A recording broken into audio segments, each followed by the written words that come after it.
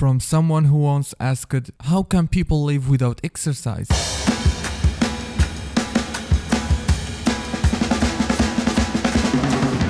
To someone now wondering, how do people live without drugs?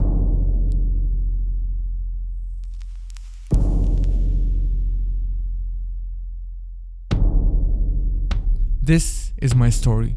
I'm currently at my lowest point and nobody knows. I stopped uploading to my main channel over 10 months ago. A channel with over 70,000 subscribers that I started back in 2017 out of a love for creating art, especially short films. I stopped posting on my Instagram, which has over 500,000 followers. I deleted all my social media apps from my phone and disappeared.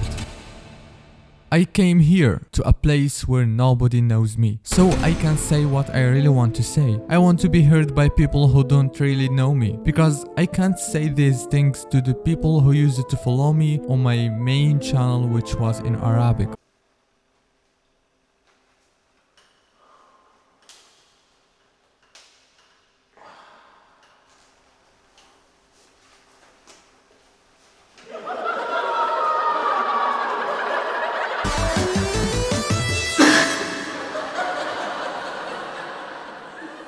I've decided to change everything, even the language I speak in. Now I'm going to speak in English, a language I never imagined I'd use to share my thoughts. Lately, I've been trying to act normal, just to hold myself together and not to lose my mind. I try to keep my awareness intact, to stay in control and grounded in what's around me. But even with all this time, I feel like I don't understand anything anymore. For years, I thought I understood so much, only to realize I didn't get anything.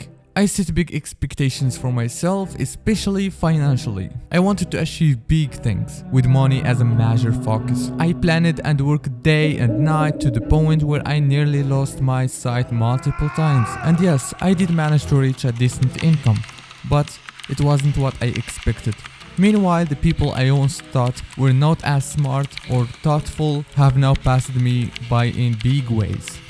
That's when I realized I had to stop, because I'm not extraordinary or brilliant like I thought I was. I'm someone who overthinks a lot. Maybe that's why I feel like I've done so much, put in so much effort, when really I've barely done anything. It's possible that this whole time I've just been imagining that I was working hard.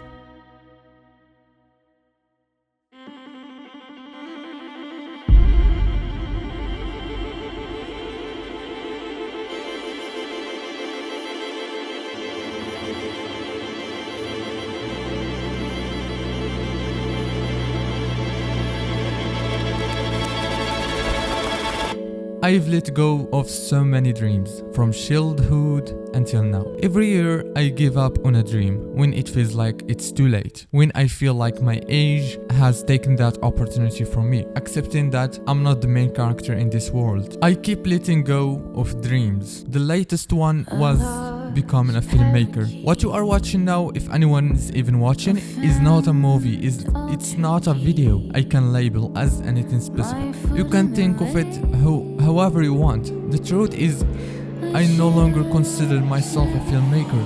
I never wanted to be just another content creator. I don't know what I'm doing anymore. Am I trying to succeed again without realizing it? Am I just rambling, or am I creating something good? I don't know. What I do now is that I'm not lying in anything I say here. My emotions are real. I never wanted to appear weak on the internet, but now I realize I don't even have the self-worth to feel strong. I don't deserve to project a strong image because I just be acting.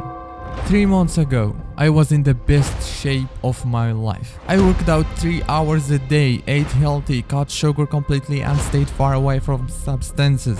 But it's hard to believe how in just these last months, my habits have reversed so drastically. Despite all of this, I'm not at the point of ending my life. I feel like I still have a purpose.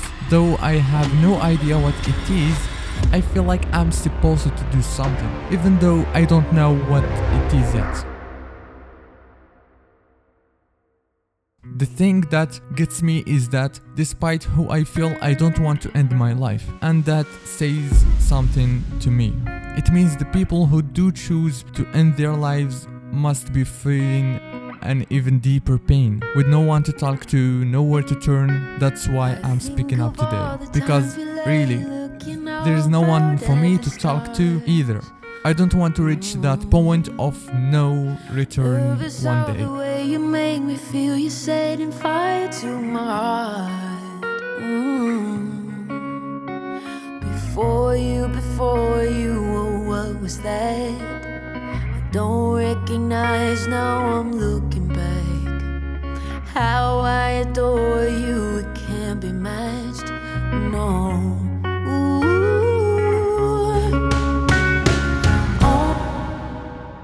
I'm not a negative person, and I never wanted to be. I was always the positive one, believing in self-help books and videos telling you to look in the mirror and say, I'm happy, I'm okay. But now I'm probably the most negative person I know. And I don't understand why. I don't understand why this is happening to me. Why time is passing so quickly. Why when we are at our lowest, time flies, deepening our wounds, leaving us in this state for as long as possible. I never imagined I'd stop working out for this long. I never imagined I'd just be looking for some balance in life, wanting nothing more than mental and physical health. I no longer want money. I've sworn that I will never do anything just for money again.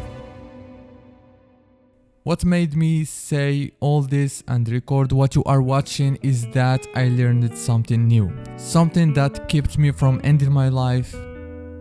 I've married my sadness. Yes, I've married my sadness. My pursuit of happiness was what led me here, because happiness was always out of reach. Even when it led me glimpse it lasted for only a few minutes before disappearing again, leaving me with sadness. Sadness has always been there for me, even when I looked down on it, while happiness showed up only on sunny days. Sadness, on the other hand, was always there. Even if I never appreciated it, it stayed with me, and that's loyalty. Today, I see sadness as beautiful, as symbol of loyalty, and it's more beautiful to me than happiness. When I finished saying these words, I almost deleted them, thinking I'd come off as crazy. But then I realized that this fear of people's opinions is what has been holding me back along. Who would thought that Raiden, the kid who believed anything was possible, would one day believe in nothing? Raiden, who could paint, play soccer, sing, make videos and edit videos at a young age, losing hope? That young Raiden would cry if he saw me now, because he believed in me the most. He thought I'd go far and become world famous, maybe as an artist, athlete or something else. I cry inside, apologizing to him over and over. But life is no longer what we thought it was, little Raiden. We misunderstood so much, like thinking that to become famous, you'd have to sacrifice your principles, your dignity, your honor. And I would rather die a failure than sell my soul to money and fame. I won't lie, I've thought about making a comeback. Somewhere deep inside I still have a spark of hope and positivity, but I have no idea what that comeback would look like or what I'd do.